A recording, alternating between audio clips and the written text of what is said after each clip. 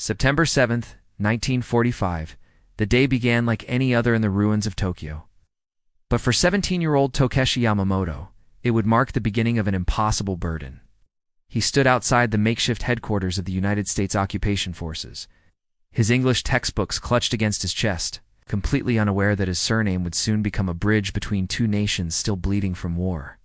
The Imperial Palace district smoldered in the distance, its ancient gardens transformed into ash and memory. Takeshi had survived the firebombing of March 10, 1945, when American B-29 bombers turned Tokyo into an inferno that claimed over 100,000 lives in a single night. His mother had died in those flames. His father, a naval officer, had perished at Midway 3 years earlier. Now only Takeshi and his elderly grandmother remained of the once prominent Yamamoto family. Inside the occupation headquarters, American Lieutenant Colonel Robert Morrison shuffled through paperwork, his frustration mounting. The United States needed Japanese translators desperately, young people who could bridge the linguistic chasm between conqueror and conquered. Most Japanese who spoke English had fled or disappeared, fearful of collaboration accusations. When the thin teenager with intelligent eyes and surprisingly fluent English entered his office, Morrison felt a flicker of hope. "Your English is exceptional," Morrison remarked, leaning back in his chair. "Where did you learn?" my grandfather insisted. Takeshi replied carefully. He believed Japan's future required understanding the West. "Your grandfather sounds like a wise man." What was his profession? The question hung in the air like smoke. Takeshi's throat tightened.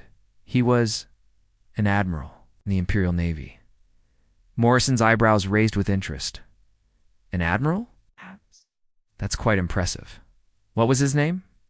The teenager's pause lasted only seconds, but it felt eternal. Yamamoto. Admiral Isoroku Yamamoto.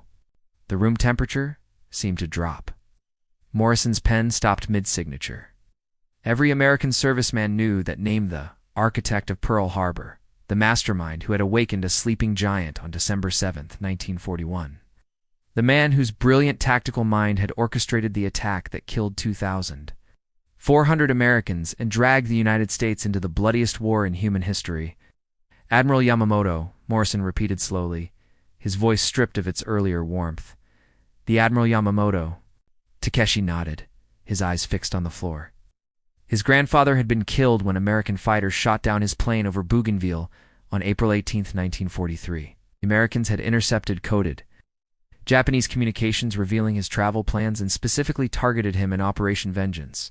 Takeshi had been 13 years old when he learned his grandfather would never return from the Solomon Islands. According to military historian Gordon Prange's comprehensive work on the Pacific War, the Yamamoto family maintained a complex relationship with Western culture. The admiral himself had studied at Harvard University from 1919 to 1921 and served as a naval attaché in Washington, developing a profound respect for American industrial capability, which made his opposition to war. With the United States, both strategic and personal, Morrison stood and walked to the window, his back to Takeshi. Outside, Japanese civilians moved through the rubble like ghosts. Their nation transformed from empire to occupied territory in the span of one terrible summer. The atomic bombs dropped on Hiroshima on August 6th and Nagasaki on August 9th had finally forced Emperor Hirohito's surrender, broadcast to a stunned nation on August 15th. "Do you know what your grandfather did?" Morrison asked finally, still not turning around. "Yes, sir," Takeshi whispered. "I know everything." The colonel faced him again, studying the teenager's face for signs of defiance or pride. He found neither, only a profound weariness that seemed impossible in someone so young. "And you still came here? To work for us?" "The war is over, sir," Takeshi said quietly. "My grandfather believed in duty above all else. My duty now is to help rebuild Japan, even if that means working with former enemies." Morrison returned to his desk, the leather chair creaking beneath him. He picked up the application form, Takeshi's careful English handwriting spelling out a legacy of blood and strategy. Outside, a jeep rumbled past, American voices calling orders in a language that now ruled these conquered streets. "Report tomorrow at 0000 hours," Morrison said finally. "We'll start with basic translation work." And Yamamoto.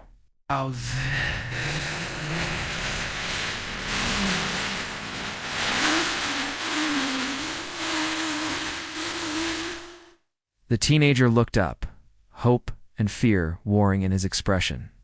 Your grandfather's sins are not yours to carry.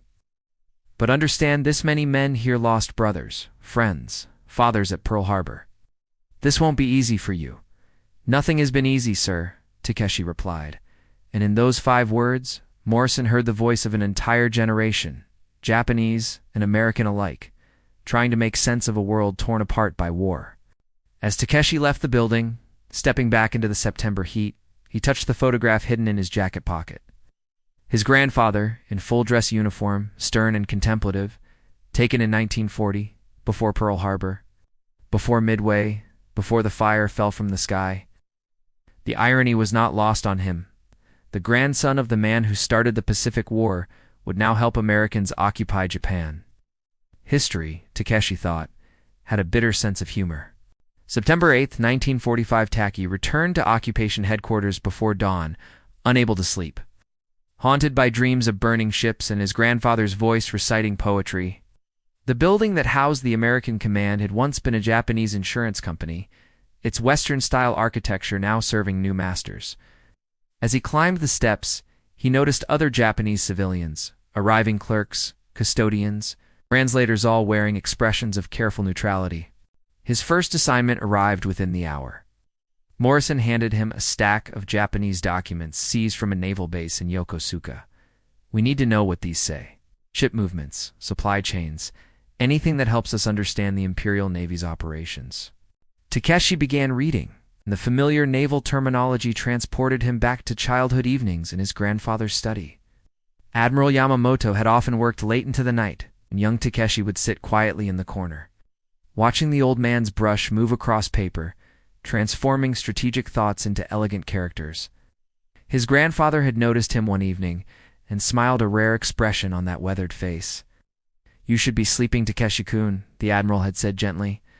"I want to understand what you do, grandfather," the boy replied.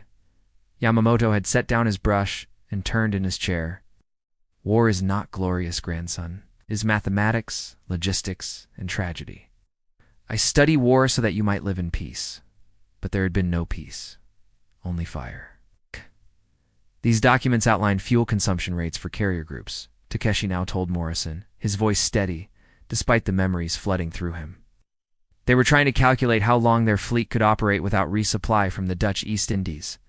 An American naval officer named Commander James Patterson leaned over Takeshi's shoulder, studying the Japanese characters. "Can he be trusted?" Patterson asked Morrison, as if Takeshi couldn't hear. "His English is perfect, and we need translators," Morrison replied pragmatically. "Besides, what choice do we have?"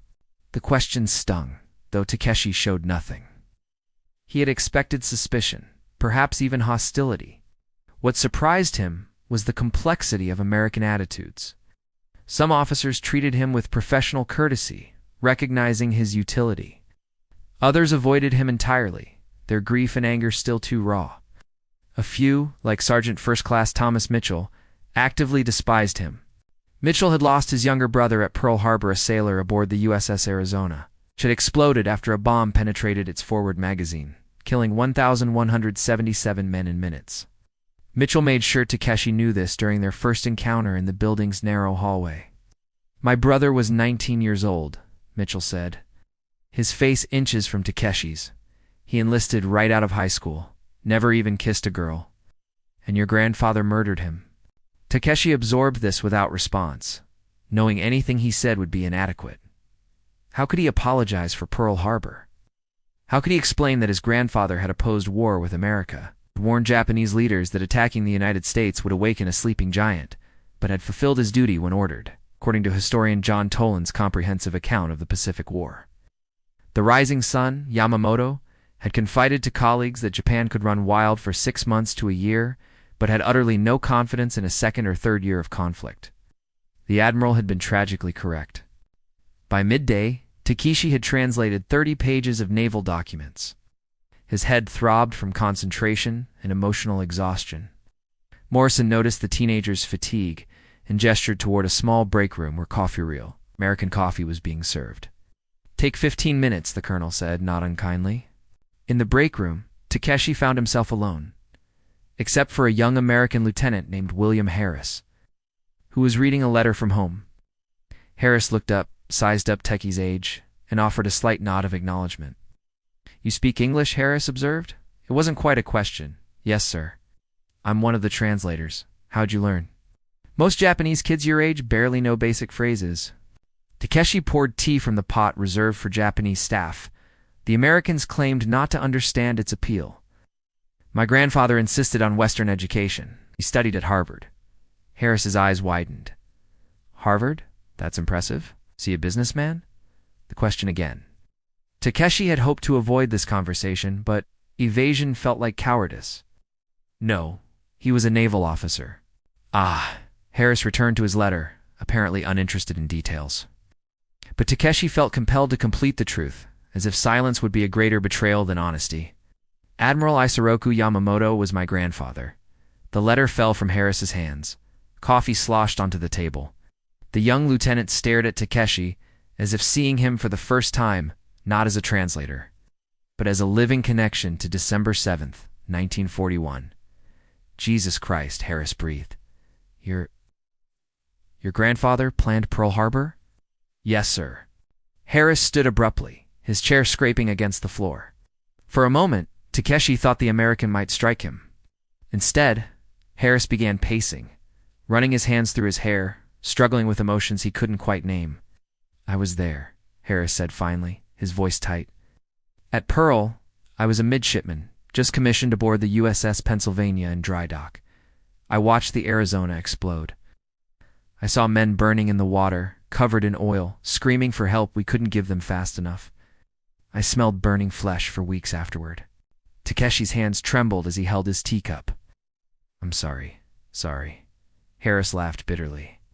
"Your grandfather killed thousands of people, started a war that cost millions of lives, and you're sorry?"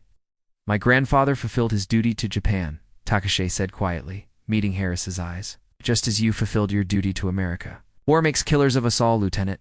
The only question is which side you're killing for." The words hung in the air between them, too honest, too raw, too soon after the war's end.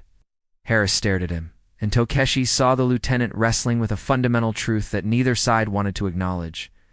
That soldiers on both sides had believed in their cause, had fought with honor, had loved their families, and hoped for survival.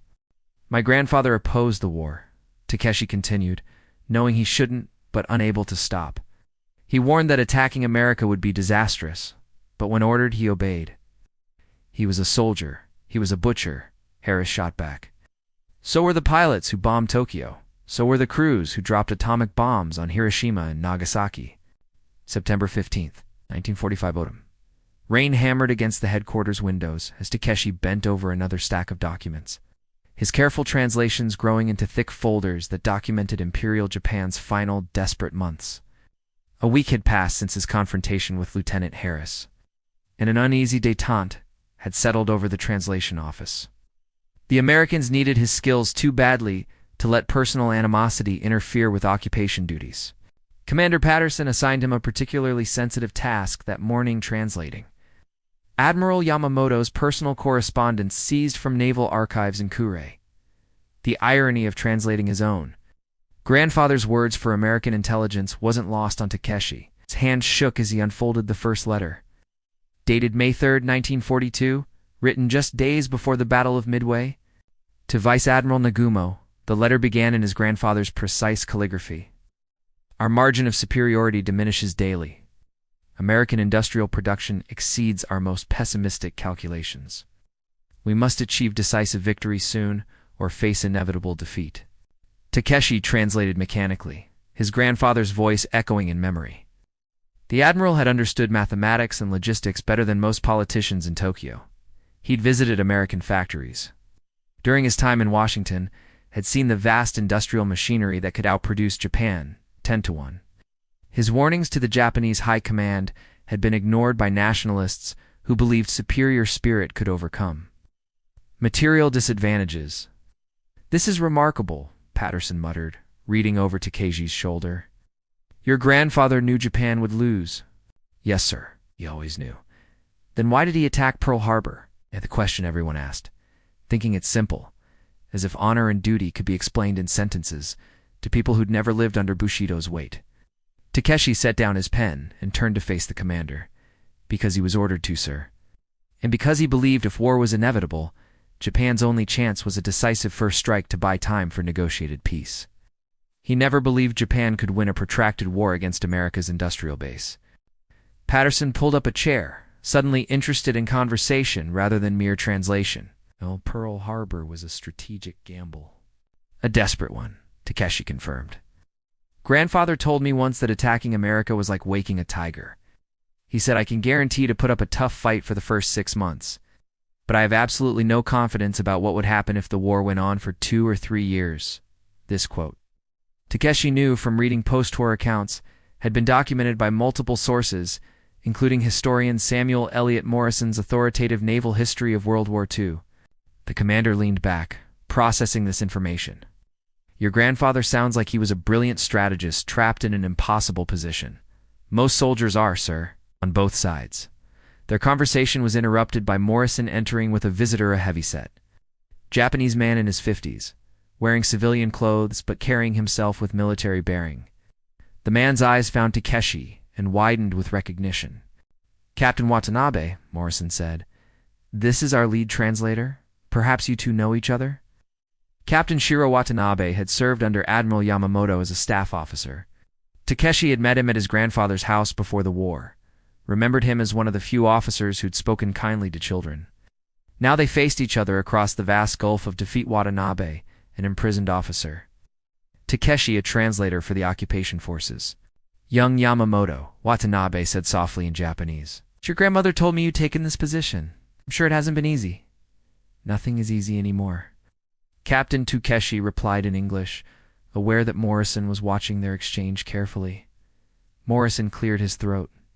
Captain Watanabe has agreed to answer questions about Imperial Navy operations. Takshio, you'll translate. What followed was 3 hours of interrogation that felt more like confession. Watanabe described the planning for Pearl Harbor, how Yamamoto had studied the British torpedo attack on Toronto, how he'd insisted on adding a third wave to destroy Pearl Harbor's fuel storage and repair facilities. A suggestion overruled by Strike Commander Nagumo, who'd feared American carrier counterattacks.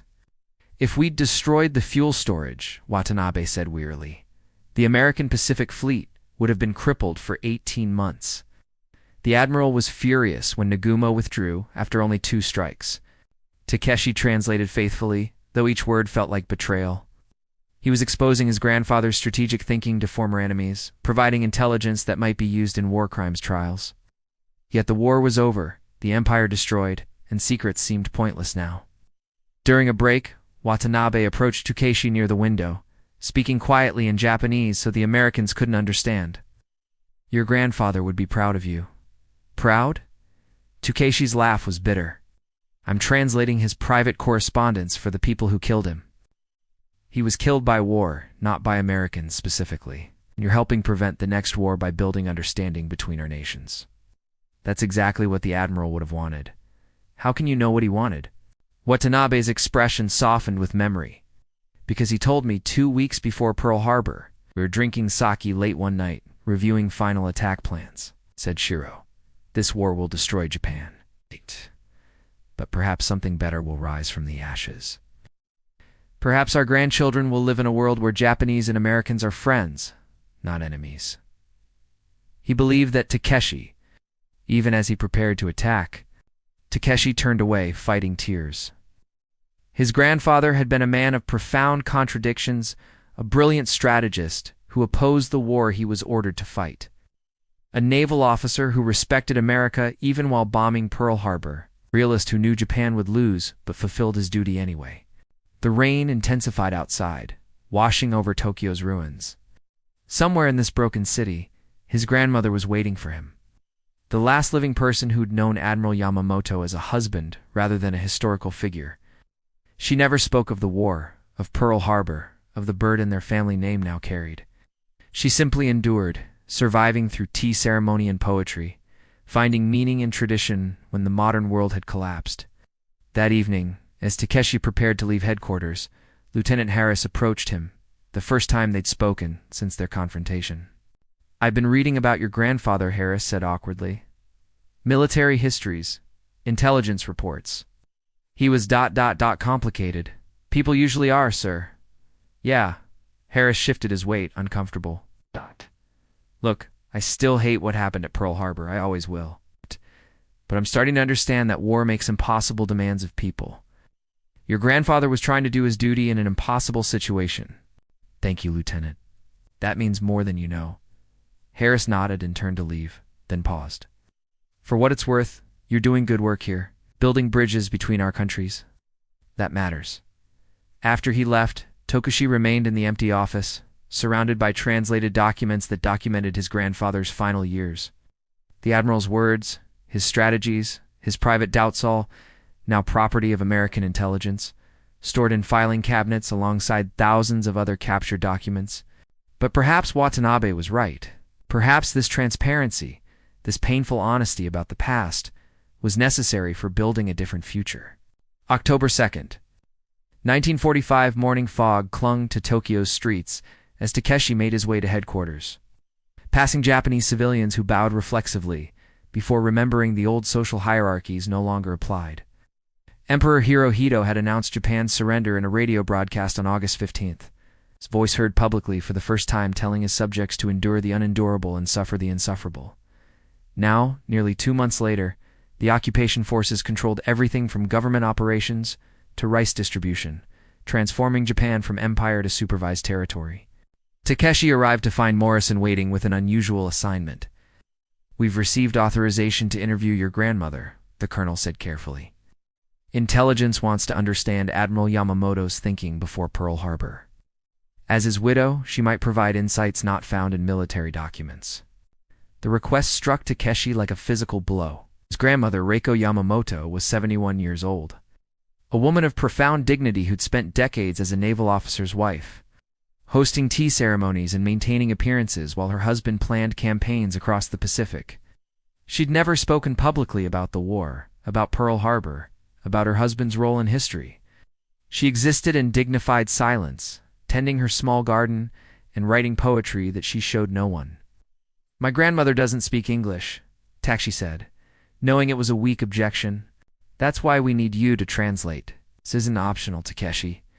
General MacArthur himself wants intelligence on key Japanese military leaders, and Admiral Yamamoto tops that list. The meeting was scheduled for October 5th, giving Takeshi 3 days to prepare his grandmother and himself for the encounter. That evening, he returned to their small house in the Azabu district, one of the few neighborhoods not completely destroyed by firebombing. The house had belonged to a cousin who'd fled to the countryside. Now it sheltered what remained of the once prominent Yamamoto family. His grandmother was in the garden, tending chrysanthemums that somehow continued blooming despite the city's devastation. She looked up as Takeshi approached, her expression serene despite everything they'd lost. Grandmother, he began in Japanese, the Americans want to interview you about grandfather. Rocco's hands stilled on the flowers. A long moment passed before she spoke. What do they want to know? About his thinking before the war, his strategy, why he attacked Pearl Harbor, and you will translate my words for them. I have no choice, grandmother. I'm sorry. She smiled gently, reading the guilt in his face. Don't apologize, Takeshi-kun. Your grandfather understood duty requires difficult choices. He made many himself. She gestured for him to sit on the garden's wooden bench recently repaired after blast damage from a nearby bomb strike. Did grandfather ever tell you he opposed the war? Takeshi asked, needing to hear it confirmed. Many times. He returned from America deeply impressed by their industrial capacity. He told me that attacking the United States was madness, that Japan would be crushed within 2 years. He argued against war in cabinet meetings, made himself unpopular with nationalist officers who believed in Japanese spiritual superiority. She paused, her fingers gentle on a chrysanthemum petal. But when the decision was made, he fulfilled his duty. That's what naval officers do. Even when they know it's wrong? Who are we to say what's right or wrong in war? Your grandfather believed that if conflict was inevitable, a decisive first strike might give Japan leverage for negotiations. He hoped to hurt America badly enough that they'd agree to peace terms rather than fight a protracted Pacific campaign, but it didn't work. No. He underestimated American anger. Pearl Harbor didn't intimidate America, it unified them, gave them purpose. Your grandfather realized his mistake by early 1942, but by then it was too late. The tiger was awake and furious. They sat in silence as evening settled over Tokyo. Somewhere nearby, children laughed to sound increasingly common as the city slowly emerged from the war's darkness. Life continued, stubborn and resilient, even among ruins. October 5th arrived cold and gray. Morrison sent a staff car to collect Takeshi and his grandmother, a courtesy that felt more like surveillance. Reiko dressed in her finest kimono charcoal silk with subtle autumn leaf patterns, formal but not ostentatious. She moved with the careful dignity of someone representing not just herself, but generations of samurai tradition. At headquarters, Morrison had arranged a small conference room with tea service, real Japanese tea, not the American interpretation. And in comfortable chairs, 3 American officers attended: Morrison, Commander Patterson, and a Navy intelligence specialist named Captain Douglas. Stewart, who'd been specifically sent from Washington to interview family members of senior Japanese military leaders. Stewart began gently, perhaps recognizing the delicacy of interrogating a widow about her husband's war planning. "Mrs. Yamamoto, thank you for agreeing to speak with us. Want to assure you this isn't a hostile interrogation. We're simply trying to understand the thinking behind Imperial Japan's strategic decisions," Tokishe translated. Watching his grandmother's face remain perfectly neutral. "My husband was a practical man," Reiko said through Takeshi's translation. "He saw a war with America as a strategic disaster, but he was also a naval officer who followed orders." "Did he ever express regret about Pearl Harbor?" Stewart asked. The question hung heavy. Rocco considered her answer carefully, and Takeshi realized she was choosing not just her words, but her husband's legacy. "My husband expressed sorrow about all war," she said finally. "He once told me after visiting Hiroshima in 1938 that modern warfare had become too destructive, too absolute. He feared what weapons might emerge if war continued escalating. He said humanity was developing the means to destroy itself." The Americans exchanged glances. This wasn't the mindset they'd expected from the architect of Pearl Harbor. "Did Admiral Yamamoto anticipate American retaliation?" Patterson asked. "Of course. He studied at Harvard, lived in America, understood your national character. He told me Americans would never accept Pearl Harbor, would fight until Japan was utterly defeated. He predicted his own death, actually. Said he'd probably die in combat within 2 years. Yet he still planned the attack." Lieutenant Colonel Reiko said with quiet steel in her voice, "You are American military officers. If your president ordered you to undertake a mission you thought strategically unsound, but you'd sworn an oath of service, what would you do? Refuse? Commit insubordination?" My husband faced the same impossible choice. He advocated against war, was overruled, and then fulfilled his duty as commander of the combined fleet. This is not complicated. The truth of her words silenced the room. These were military men who understood chains of command, the weight of orders, the impossibility of refusing lawful commands, even when one disagreed with broader strategy. Stewart shifted tactics. "Did your husband leave any personal writings? Diaries, letters, strategic assessments?" "Most were destroyed during the firebombing," Reiko replied. "But I have one letter he wrote me on April 17th, 1943, the day before he flew to Bougainville, before his plane was shot down." October 5th, 1945, continued. The conference room fell silent as Reiko Yamamoto retrieved a folded letter from her kimono's inner pocket, the paper worn soft from countless readings.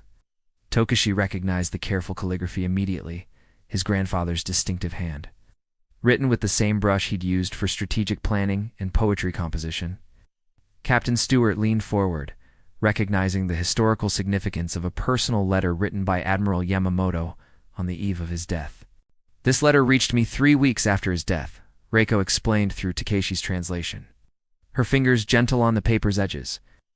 "The naval courier didn't know my husband had already been killed. He delivered it as if Isoroku might return any day."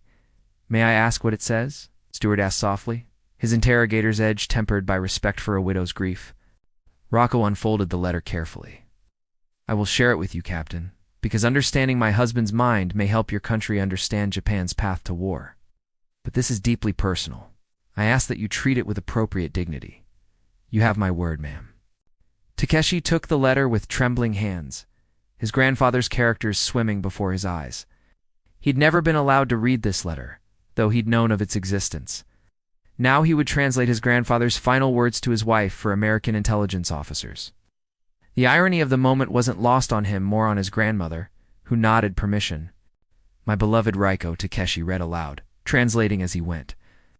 "Tomorrow I fly to Bougainville to inspect our forces there. The trip feels ominous, though I cannot say why. Perhaps a soldier's intuition, or simply the weight of these 3 years of war. I write this letter knowing it may be my last opportunity to speak truths I've kept silent during these dark times. You deserve to know what history will debate long after we are dust. I opposed this war from its inception. I argued against attacking America in cabinet meetings. Was labeled a coward by Tojo and other nationalists who believed Japan's spirit could overcome material disadvantage. I told them we could run wild for 6 months to a year, but I had utterly no confidence about years 2 or 3. My words were ignored." Takeshi paused, his voice catching. Morrison poured water and pushed the glass toward him. The teenager drank and continued. "When ordered to plan operations against America, I faced the soldier's eternal dilemma: obey or resign in protest. Resignation would have changed nothing. Another officer would have taken my position, possibly one less familiar with American capabilities. So I fulfilled my duty while arguing for peace negotiations at every opportunity. Pearl Harbor was conceived as a surgical strike to cripple America's Pacific Fleet long enough for Japan to secure resources in Southeast Asia and establish a defensive perimeter. The plan was sound tactically, catastrophic strategically. I underestimated American anger, overestimated our ability to force negotiations. The attack unified American resolve rather than intimidating them toward peace. This was my grave miscalculation, and Japan pays the price daily," Stewart interrupted. "This is remarkable. He's admitting Pearl Harbor was a strategic failure." By April 1943, the war's trajectory was clear. Takeshi continued translating. "We'd lost at Midway, we're being pushed back island by island. My husband understood Japan faced inevitable defeat." The letter continued. "Midway broke our offensive capability. We lost 4 carriers Akagi Kaga, Haryu Soryun. A single day's battle. With them died hundreds of our most experienced pilots, men trained over years who cannot be replaced quickly. American industrial production ensures they will field 10 carriers for every one we build. The mathematics are inexorable. I think often about the young men on both sides, Japanese boys dying on distant islands, American sailors burning at Pearl Harbor, all sacrificed to nationalist delusions and political incompetence. Every death weighs on my conscience, though I was following orders. Is obedience to authority sufficient moral justification? History will debate this question long after our generation is forgotten." Raiko's expression remained neutral, but Takeshi saw moisture in her eyes. This letter contained his grandfather's soul, the private doubts he'd shared with no one except his wife. "There is one thing I want you to know, Raiko, that I've never spoken aloud," the letter continued. "I hope, perhaps foolishly, that this war will ultimately lead to a better world. Japan's military government has been corrupt, brutal, driven by imperial ambitions that betray our cultural heritage. Perhaps crushing defeat will force honest reflection, lead us toward democracy and peace rather than militarism and conquest. I also hope Americans will learn from this conflict. They are not innocent in this war's origins. Their embargo drove Japan toward desperate measures. Though our response was our responsibility alone, both nations must understand that in the modern world, war between industrial powers threatens everyone. The weapons grow too terrible, too destructive. Humanity must find better ways to resolve conflicts, or we will eventually destroy ourselves." The Americans exchanged glances. This wasn't the fanatic warrior philosopher they'd expected, but a pragmatic strategist who'd foreseen not just Japan's defeat, but the broader implications of modern warfare. The letter concluded, "If I die tomorrow, I die having fulfilled my duty as a naval officer, however flawed that duty proved to be. I regret the suffering this war has caused, but I do not regret my service to Japan. I hope future generations, perhaps our grandson Takeshi, if he survives these terrible times, will build the peaceful world this generation failed to achieve. I love you, Raiko. I have always loved you. If there is a next world, I will find you there. Isoroku." Takeshi set the letter down, unable to continue. The room remained silent, these hardened military officers processing what they'd just heard, a personal testimony. From the architect of Pearl Harbor revealing doubts, regrets, and hopes that complicated the simple narratives both nations told about the war. Finally, Stewart spoke. "Mrs. Yamamoto, would you be willing to allow us to copy this letter for historical records? I promise it will be treated with the utmost respect." "You may copy it," Raiko agreed. "But the original remains with family. It is all I have left of my husband besides memories, of course, ma'am. We wouldn't dream of taking it." Morrison arranged for a photographer to carefully document each page of the letter while Takeshi and his grandmother waited. When the process finished, Rako carefully refolded the letter and returned it to her kimono. "May I ask you something, Mrs. Yamamoto?" Patterson said hesitantly. "Do you blame America for your husband's death?" Raiko considered the question with the same careful dignity she'd maintained throughout the interview. "Blame war, Commander? Your country killed my husband in combat? That is simply war's nature. He would have killed Americans given the opportunity. Both sides believed in their causes, both sides suffered. Blame seems pointless now. Understanding is what matters." As they prepared to leave, Stewart approached Takeshi privately. "Your grandfather mentioned you in that letter, said he hoped you'd build a peaceful world." "I'm trying, sir," Takeshi replied quietly. "That's why I'm here, translating for you. Grandfather believed understanding between nations prevents war. He was a wise man trapped in terrible circumstances. Most soldiers are, sir, both sides." The staff car returned, Takeshi and his grandmother to their small house in Azabu. They sat in the garden as evening approached, neither speaking, both processing the afternoon's events. Finally, Raiko broke the silence. "Your grandfather would be proud of you, Takeshi-kun. You're building bridges between enemies, exactly as he hoped. I'm betraying his memory by helping the people who killed him." "No," her voice was firm. "You're honoring his memory by ensuring his death wasn't meaningless. The war is over. How we build peace. That's the only tribute that matters." November 3rd, 1945. The International Military Tribunal for the Far East was being assembled in Tokyo, preparing to prosecute Japan's wartime leaders for crimes against peace, war crimes, and crimes against humanity. General Douglas MacArthur had established the tribunal's framework, modeled after the Nuremberg trials proceeding simultaneously in Germany. The occupation forces needed comprehensive documentation of Japan's military planning, and Takeshi found himself translating materials that would determine whether men his grandfather knew would be executed or imprisoned. Morrison called him into the office that morning with unusual solemnity. "We have a sensitive request," the colonel began. "The prosecution needs expert testimony about Admiral Yamamoto's role in war planning, specifically whether Pearl Harbor constituted an unprovoked act of aggression or a legitimate military operation under international law." Takeshi's stomach tightened. "You want me to testify against my grandfather?" "Not against him. He's dead. Beyond prosecution. But your insights into his thinking, combined with the documents you've translated, could clarify Japan's strategic decision-making process. This isn't about condemning your grandfather personally. It's about establishing historical truth." "What truth?" Teki's voice held an edge he'd carefully suppressed during previous conversations. "That my grandfather planned an attack he opposed? That he followed orders from civilian leaders who will now blame military commanders for their decisions? What truth serves justice, Colonel?" Morrison sighed, recognizing the teenager's distress. "I understand this is difficult. But consider this. Accurate historical record prevents future wars. If we understand how Japan's leadership made catastrophically bad decisions, maybe future leaders will learn from those mistakes." The argument was logical, but Takeshi remained troubled.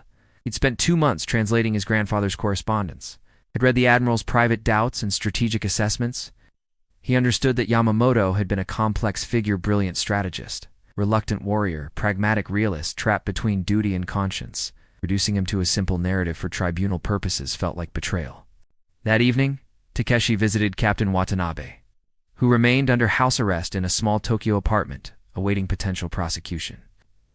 The former staff officer had aged visibly since their last meeting, the weight of defeat and uncertainty etched into his features.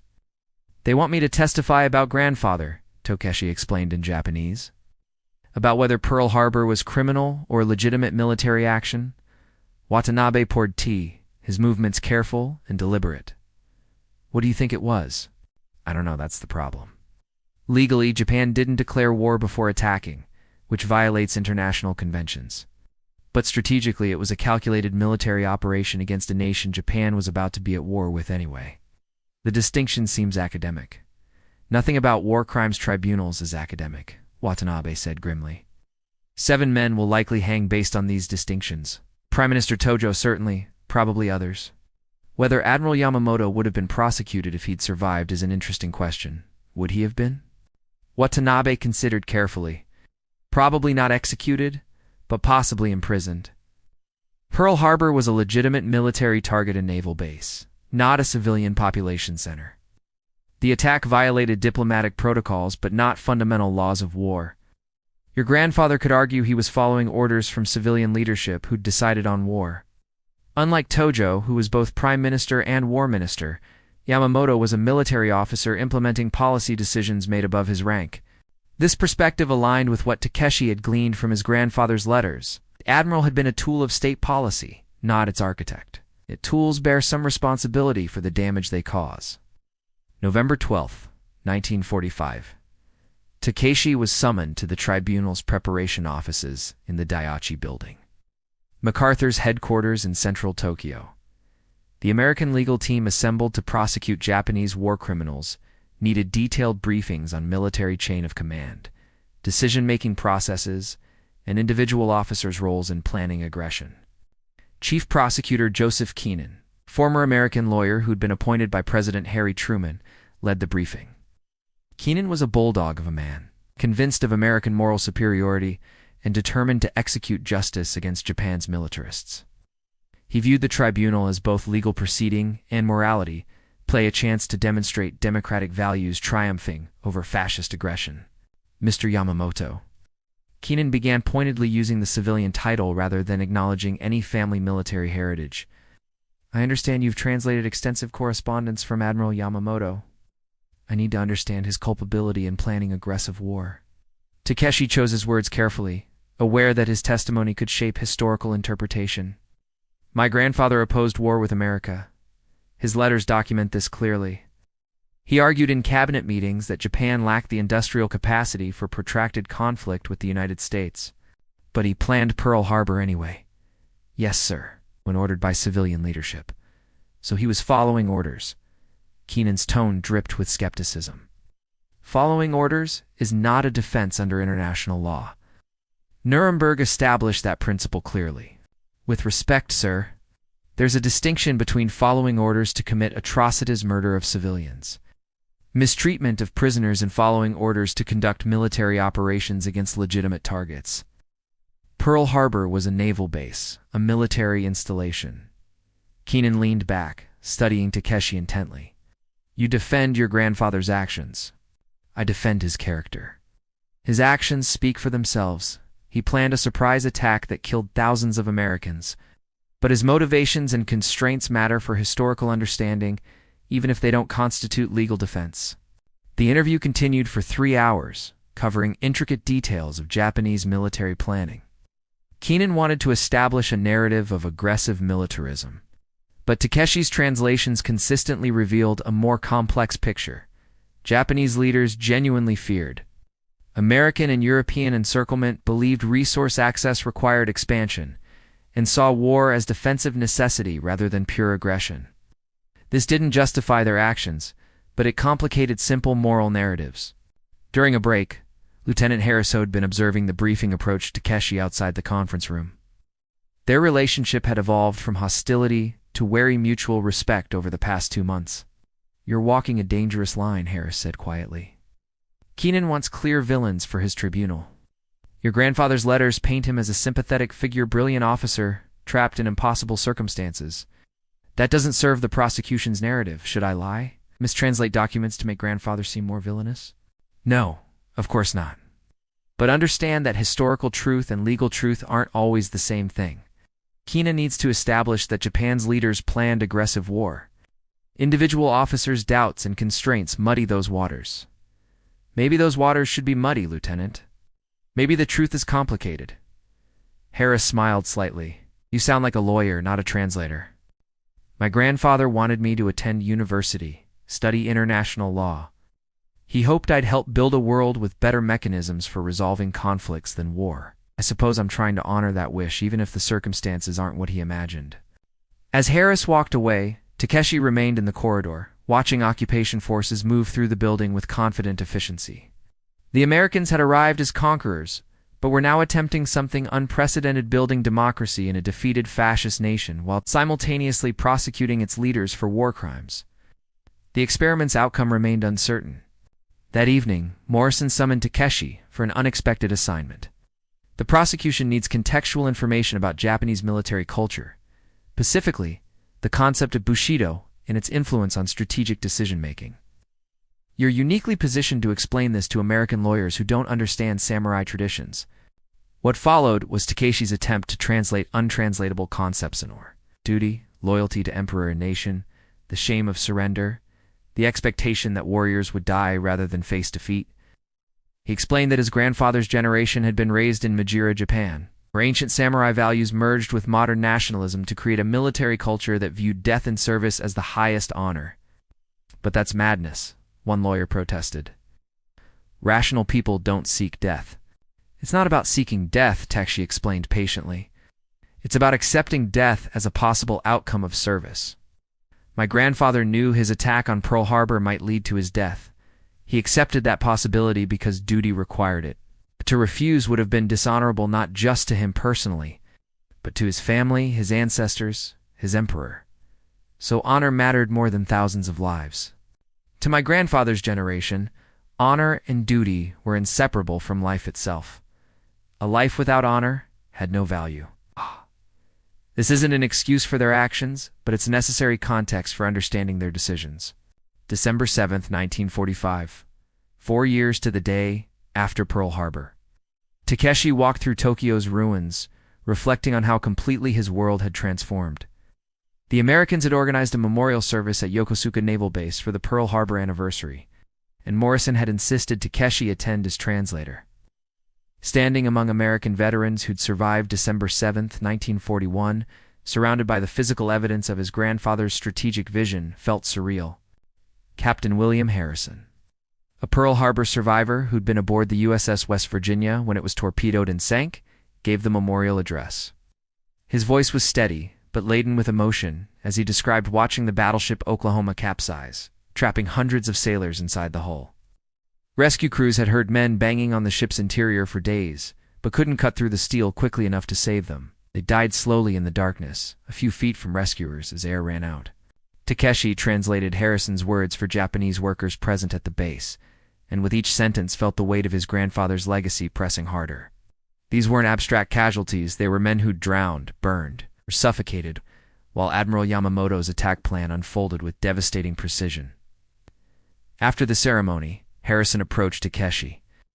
"I understand you're Admiral Yamamoto's grandson," he said quietly. "Yes, sir." Takeshi braced for anger, recrimination, perhaps even physical violence. Instead, Harrison extended his hand. "Your grandfather was a hell of a strategist. He almost won the war in a single morning. If he'd ordered a third strike on Pearl Harbor's fuel storage and repair facilities, the Pacific Fleet would have been crippled for 18 months. That's how close you came to victory." Takeshi shook the offered hand, confused by the lack of hostility. "I don't understand, Captain. My grandfather killed your comrades. Why aren't you angry?" "Oh, I was angry. Still am in some ways. But I've had for years to think about it, and here's what I've concluded. Your grandfather was a warrior doing his duty, just like I was. We were on opposite sides of a terrible conflict. He happened to strike first, and strike brilliantly. If positions had been reversed, if America had needed a surprise attack on Japanese forces, we'd have done the same thing. That's remarkably understanding, sir." "Understanding doesn't mean forgiving, son. I'll carry Pearl Harbor's scars until I die. But I've learned to distinguish between the warrior and the war, between military operations and the political decisions that make them necessary." Harrison paused. Looking across the naval base where American ships now anchored, where Japanese vessels once dominated. "Your grandfather opposed the war, didn't he?" "Yes, sir. He argued against attacking America." "Then he and I have something in common. I didn't want this war either. None of us did. But when it came, we fought. That's what soldiers do. The conversation remained with Takeshi as he returned to headquarters. 8. Captain Harrison's perspective distinguishing between warrior and war, between individual soldiers and the political systems that command them, offered a framework for understanding his grandfather's legacy without either condemning or celebrating it. December 15, 1945, the prosecution team requested Takeshi's presence for a crucial meeting. They'd identified a discrepancy in Japanese military records regarding the timing of Japan's declaration of war. According to international law, nations were required to declare war before commencing hostilities. Japan's declaration had been delivered to the U.S. State Department after the Pearl Harbor attack had already begun a delay that transformed legitimate military action into a potential war crime. Keenan spread documents across the conference table, his expression triumphant. We have evidence that the delay was deliberate, that Japan intended to strike without warning to maximize surprise. This makes Pearl Harbor not just a military operation, but treachery under international law. Takeshi examined the documents carefully, diplomatic cables, military orders, timeline reconstructions. The picture that emerged was more complicated than Keenan suggested. Japan had indeed intended to deliver a declaration of war approximately 30 minutes before the attack began, giving formal notice while maintaining tactical surprise. However, decoding and typing delays at the Japanese embassy in Washington had pushed the declaration's delivery to after hostilities commenced. This appears to be an administrative failure, not deliberate treachery, Takeshi said carefully. The embassy staff couldn't decode and transcribe the 14-part message quickly enough. Or, Keenan countered. The delay was intentional, designed to preserve absolute surprise while maintaining plausible deniability about violating international law. There's no evidence supporting that interpretation in these documents, sir. Keenan's eyes hardened. Mr. Yamamoto, whose side are you on? You're translating for the United States occupation forces, not defending your grandfather's war. The accusation stung precisely because it contained truth. Takeshi was caught between world's Japanese by birth and loyalty, American by employment and necessity. Every translation decision carried weight, could influence historical interpretation and legal outcomes. He'd tried maintaining objective neutrality, but perhaps that was impossible when translating documents about one's own grandfather. Morrison intervened before Takeshi could respond. Joe, the kid's doing his job. The documents don't support your interpretation. We can't manufacture evidence. That's not how justice works, even for enemies. Justice requires accountability, Keenan insisted. Pearl Harbor was a sneak attack that violated every principle of civilized warfare. Someone needs to answer for that. Admiral Yamamoto already answered for it, Takeshi said quietly. American fighters killed him on April 18, 1943. Operation Vengeance specifically targeted him for assassination because of Pearl Harbor. He paid with his life. The room fell silent.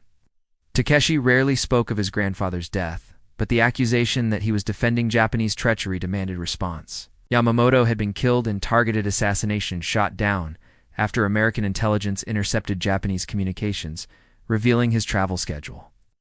The operation had been approved at the highest levels of American government, specifically because of Pearl Harbor. If that wasn't accountability, what was? Fair point, Harris conceded from his position by the window. We got our revenge on the Admiral. Maybe that's enough. But Keenan wasn't satisfied. Individual accountability doesn't preclude systemic accountability. The tribunal will prosecute Japan's leaders for planning aggressive war. With Pearl Harbor as Exhibit A, your grandfather's death doesn't change that legal reality. December 25th, 1945, Christmas Day, brought unexpected respite from the tribunal's intensity. Morrison had arranged a small celebration at headquarters, inviting both American staff and Japanese employees. The cultural collision was awkward, but well-intentioned American servicemen attempting to explain Christmas traditions to puzzled Japanese workers.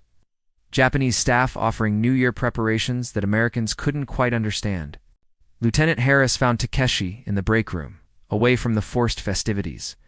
Not a fan of Christmas parties. I don't want to intrude on your holiday, sir. You're not intruding. This isn't really a religious celebration anymore, just people trying to find normalcy in abnormal circumstances. Harris sat down, cradling coffee that had gone cold. Hey, can I ask you something personal? Of course, Lieutenant.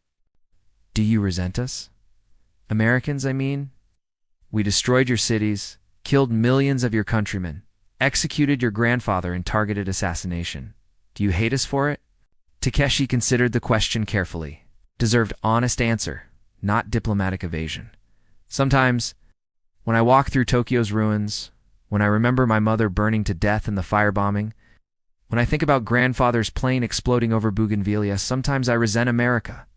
But I also resent Japan's militarists who started this war, who ignored grandfather's warnings, who led us to disaster. Resentment has many targets, Lieutenant. Enough to go around. That's fair. Harris stared into his cold coffee. I resent a lot of people too. Japanese officers who planned Pearl Harbor, American politicians who ignored intelligence warnings, the whole damn generation that couldn't figure out how to avoid war. But mostly I resent the war itself, the situation that forced all of us into impossible positions. My grandfather wrote something in his final letter, Takeshi said. He hoped that crushing defeat would force Japan toward democracy and peace, away from militarism. He thought maybe something better could emerge from the ruins. And has it? Something better emerging? Takeshi gestured around headquarters, American officers and Japanese civilians working together, building governmental structures, translating documents, slowly constructing occupation into administration. Maybe. It's too early to know. But at least we're trying. Harris raised his cold coffee and mock toast. To trying, it's better than the alternative. They sat in comfortable silence. Two young men on opposite sides of history's bloodiest war, sharing a quiet moment on Christmas Day in occupied Tokyo. Outside, the city continued its slow resurrection, buildings rising from rubble, markets reopening, life persisting despite everything. January 19th, 1946. Freezing rain fell on Tokyo as Takeshi made his way to Ichigaya Court, the former Japanese military headquarters now transformed into the International Military Tribunal for the Far East's courtroom. The trial of Japan's major war criminals was beginning. 28 defendants charged with crimes against peace, conventional war crimes, and crimes against humanity. Former Prime Minister Hideki Tojo sat among them, along with generals, admirals, and government ministers who'd led Japan into war and defeat. Morrison had assigned Takeshi as backup translator for the proceedings, working alongside professional court interpreters to ensure accuracy. The teenager's specialized knowledge of military terminology and personal connection to the Naval Officer Corps made him valuable despite his youth. He sat in the translators section, watching history unfold in real time. The courtroom itself was imposing wood-paneled walls, raised benches for the 11 Allied judges representing nations Japan had fought. A defendant's dock where Japan's former leaders sat in civilian clothes stripped of military insignia. General MacArthur had specifically excluded Emperor Hirohito from prosecution, believing the emperor's cooperation was essential for occupation success. This decision remained controversial among those who believed Hirohito bore ultimate responsibility for Japanese aggression. Prosecutor Keenan delivered his opening statement with theatrical flair, describing December 7, 1941, as a date which will live in infamy. Borrowing President Roosevelt's famous phrase, he portrayed Pearl Harbor as unprovoked treachery, Japan's militarists as aggressive conspirators who'd planned conquest throughout Asia, and the entire Pacific War as a criminal enterprise, masquerading as legitimate conflict. Takeshi translated Keenan's words into Japanese for defendants and observers, each sentence carrying weight that transcended mere vocabulary. The English term conspiracy had no perfect Japanese equivalent. The closest translation implied secretive plotting. But Japanese military planning had been coordinated through official government channels. Was following orders conspiracy? Where was the line between military duty and criminal participation? Defense attorneys argued that Japan's actions, while aggressive, has been motivated by legitimate security concerns American and European colonial empires surrounding Japan. Oil embargoes threatening Japanese survival, Western racism excluding Asian nations from equal international status. These were explanations, not justifications, but they complicated the simple morality tale prosecutors wanted to present. During the lunch recess, Takeshi encountered former Captain Watanabe in the courthouse corridor. The former naval officer had been called as a witness for the defense, tasked with explaining Japanese military decision-making processes. They found a quiet corner away from the crowds. "How does it feel?" Watanabe asked quietly in Japanese, translating charges against men who served under your grandfather. Strange, uncomfortable, necessary. Takeshi watched Japanese and American lawyers conferring through translators, struggling to find common understanding across linguistic and cultural chasms. Grandfather wrote that accurate historical record might prevent future wars. I suppose this is my contribution to that record, however painful. Your grandfather would be relieved he's not in that defendant's dock. Several admirals might have been prosecuted if they'd survived in Nagomo, Yamashita, others. Death in combat saved them from this. Is that better? Death or trial? Watanabe's expression turned bleak. For samurai of our generation, death is always preferable to dishonor. But your generation thinks differently, and perhaps that's wise. The old ways led us here, to occupation, foreign judges, national humiliation. Maybe new ways are required. February 3, 1946, the prosecution began presenting evidence of Japanese atrocities in China, the Philippines, and other occupied territories. Witness testimony described the rape of Nanking, where Japanese troops had murdered hundreds of thousands of Chinese civilians and prisoners of war. Survivors recounted forced labor, medical experiments, systematic rape, and other horrors that shocked even the defendants sitting impassively in the dock. Takeshi found this testimony excruciating to translate. Japanese military culture had emphasized Bushido's noble aspects: honor, duty, self-sacrifice, while largely ignoring or rationalizing the brutal realities of Japanese occupation. His grandfather had served in China earlier in his career, had witnessed firsthand the army's cruelty toward Chinese civilians. In one letter translated months earlier, Yamamoto had written privately about being ashamed of the army's behavior in China, but he'd never publicly opposed it. This was the moral complexity that troubled. Takeshi Mosa's grandfather had been a decent man who'd served an indecent system, opposed some policies while implementing others, had maintained personal honor while participating in collective dishonor. Was passive disapproval sufficient? Should Yamamoto have resigned in protest, sacrificing his career and influence? Would that have changed anything? Lieutenant Harris found Takeshi during an afternoon break, noting the teenager's obvious distress. The China testimony is rough. You holding up okay? I'm fine, sir. You're clearly not fine. But I appreciate the professional front. Harris guided him toward a quiet office away from the courtroom chaos. Listen, what happened in China, that's not your responsibility. You weren't there, didn't participate, weren't even born when most of it happened. Can't carry guilt for your nation's crimes. My grandfather knew about it. He disapproved, but didn't stop it. Could he have stopped it? Was he in a position to prevent army atrocities? No. The Navy and Army operated independently, often antagonistically. Grandfather had no authority over army operations in China. Then what could he have done? Resigned in protest, sacrificing any influence he did have. Sometimes the best people can do in terrible situations is survive with their conscience as intact as possible. Takeshi appreciated Harris's attempts at comfort, but the lieutenant couldn't fully understand. Americans might feel guilt for atomic bombs or firebombing, but they'd won the war, had moral high ground as victors opposing aggression. Japanese people carried different guilt for losing. Guilt for atrocities committed in imperialism's name. Guilt for following leaders who'd led the nation to disaster. It was collective shame, cultural humiliation, a weight that pressed on every Japanese person regardless of individual responsibility. February 17, 1946, Takeshi was unexpectedly called as a witness. The defense wanted him to testify about Admiral Yamamoto's opposition to war with America, hoping to establish that not all Japanese military leaders had supported aggression. Keenan objected strenuously, arguing that Yamamoto wasn't on trial and his opinions were irrelevant to defendants' guilt or innocence. The tribunal judges conferred and allowed limited testimony. Takeshi was sworn in, promised to tell the truth, and faced questions from defense attorney Owen Cunningham, an American lawyer who'd taken several Japanese officers' cases pro bono. Believing even defeated enemies deserved competent legal representation, Mr. Yamamoto, Cunningham began.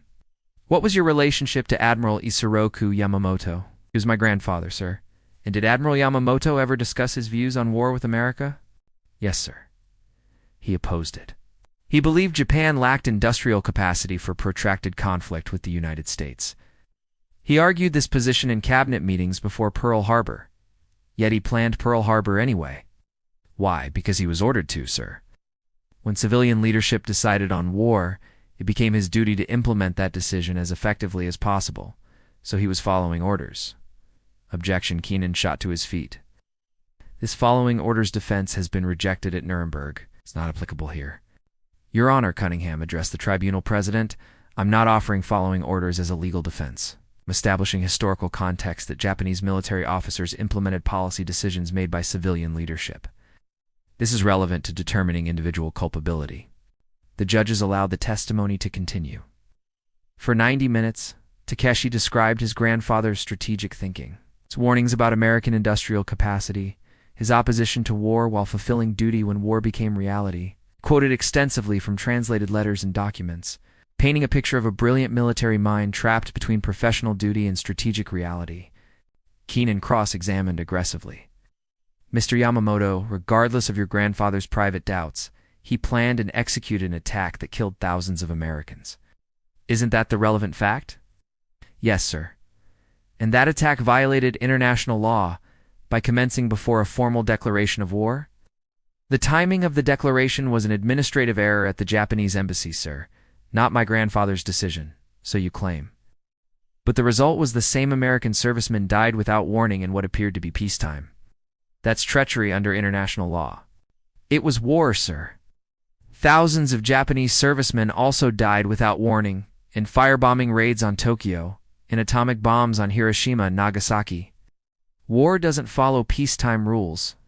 March 3, 1946, the tribunal proceedings ground forward relentlessly, each day adding layers to the historical record that would define how the world remembered the Pacific War. But outside the courtroom, a different conversation was emerging about American use of atomic weapons against Hiroshima and Nagasaki. The bombing of civilian populations raised uncomfortable questions about whether victor's justice could judge only the defeated while ignoring Allied actions that might also constitute war crimes. Takeshi found himself caught in this debate one evening when several American officers and Japanese translators gathered informally at a restaurant in Ginza that had somehow survived the war intact. Alcohol loosened tongues, and Lieutenant Commander George Patterson, newly arrived from Washington and unaware of the delicate social dynamics among occupations staff, raised the question that everyone had been carefully avoiding. How can we prosecute Japanese leaders for aggression while ignoring the fact that we incinerated 2 cities full of civilians? Patterson asked, his third whiskey making him blunt. By any objective standard, dropping atomic bombs on non-military targets was a war crime. Uncomfortable silence settled over the table. Morrison attempted damage control. The atomic bombs ended the war, saved millions of lives that would have been lost in an invasion of Japan. That's a post hoc justification, Patterson countered. We didn't know Japan was ready to surrender. We dropped those bombs to intimidate the Soviet Union and test our new weapons. Hiroshima and Nagasaki were sacrifices to power politics, not military necessity. Takeshi had stayed silent during most occupation staff discussions, but this touched too close to personal grief. His cousin had died in Hiroshima, vaporized instantly when the bomb detonated on August 6 at 8:15 in the morning. Her shadow had been burned into a stone wall, all that remained of her physical existence. My cousin Akiko was in Hiroshima, Takeshi said quietly. She was 14 years old, walking to school when the bomb exploded. She left only a shadow on a wall. The Americans fell silent, guilt and defensiveness warring on their faces. Harris, who'd become something approaching a friend, spoke carefully. I'm sorry about your cousin Takeshi, but you have to understand, Japan killed millions in China, Southeast Asia, across the Pacific. The atomic bombs, terrible as they were, ended that killing. Did they? Or did they simply substitute one form of mass killing for another? Taki knew he was crossing dangerous lines, but alcohol and grief made him reckless. Hiroshima and Nagasaki weren't military targets. They were cities full of civilians, families, children. Watch. If we're prosecuting Japanese leaders for atrocities in China, shouldn't we also prosecute American leaders for atomic bombings? It's different, Patterson insisted, though he seemed uncertain. We were ending a war Japan started. So victor's justice, Takeshi said flatly. The powerful write the rules, prosecute the defeated, and exempt themselves from judgment. That's not justice. That's revenge disguised as moral principle. Morrison intervened before the conversation could escalate further. "Gentlemen, we're all tired. We've all been drinking, and this conversation serves no productive purpose. The tribunal's mandate is to prosecute Japanese war criminals, not to litigate American conduct. That's simply the reality of occupation." But the reality Morrison described troubled Takeshi deeply. If the tribunal was truly about establishing international law and preventing future aggression, shouldn't those principles apply equally to all nations? How could laws have moral authority if they only bound the defeated while exempting the victorious? March 17, 1946, Kichi's testimony at the tribunal had made him a minor public figure. Japanese newspapers covered the story of Admiral Yamamoto's grandson working for the occupation and testifying about his grandfather's opposition to war. Some Japanese citizens viewed him as a traitor, collaborating with occupiers. Others saw him as a bridge between nations, working toward reconciliation and understanding. His grandmother's perspective was typically subtle. Your grandfather would say that being misunderstood by everyone means you're probably doing something important. Reiko observed one evening as they tended her garden. Simple positions attract simple support. Complex positions confuse everyone. I'm not trying to be complex, grandmother. I'm just trying to tell the truth. Truth is inherently complex. Takeshi-kun. Simple truths are usually lies. Her words stayed with him as he continued his work. The tribunal was constructing a narrative of aggressive Japanese militarists plotting conquest, virtuous allies defending freedom. This narrative contained truth, but it was simple truth, incomplete truth. It ignored American oil embargoes that had strangled Japan economically, ignored European colonialism throughout Asia, ignored complex international dynamics that had made war seem inevitable to leaders on both sides. One afternoon, he was translating documents in a quiet corner of headquarters when Captain Harrison, the Pearl Harbor survivor he'd met at the December memorial, approached him unexpectedly. "I've been thinking about our conversation," Harrison said, pulling up a chair uninvited. "About distinguishing between warriors and war, between individual soldiers and political systems. I wanted to share something with you." Harrison pulled out a worn photograph showing a young Japanese pilot, perhaps 20 years old, standing proudly beside an aircraft. This was found in the wreckage of a Zero fighter shot down during the Pearl Harbor attack. "The pilot died in the crash. We buried him with military honors despite everything." Takeshi studied the photograph. The young pilot looked eager, proud, honorable, exactly like American pilots Harrison had served with. The uniform was different, the flag was different, but the warrior spirit was identical. "I kept this photograph as a reminder," Harrison continued. "A reminder that the enemy pilot trying to kill me was a human being with family, dreams, honor. He was doing his duty just like I was doing mine. The photograph helps me remember that war's real enemy isn't the soldiers fighting it, but the political failures that make war necessary. Why are you showing me this, Captain? Because I've watched you at the tribunal, seen you struggling to reconcile your grandfather's memory with American anger about Pearl Harbor. I want you to know that some of us understand complexity. Some of us recognize that your grandfather was a warrior trapped in terrible circumstances, that he did his duty while privately doubting the wisdom of war. That's not an excuse for Pearl Harbor, but it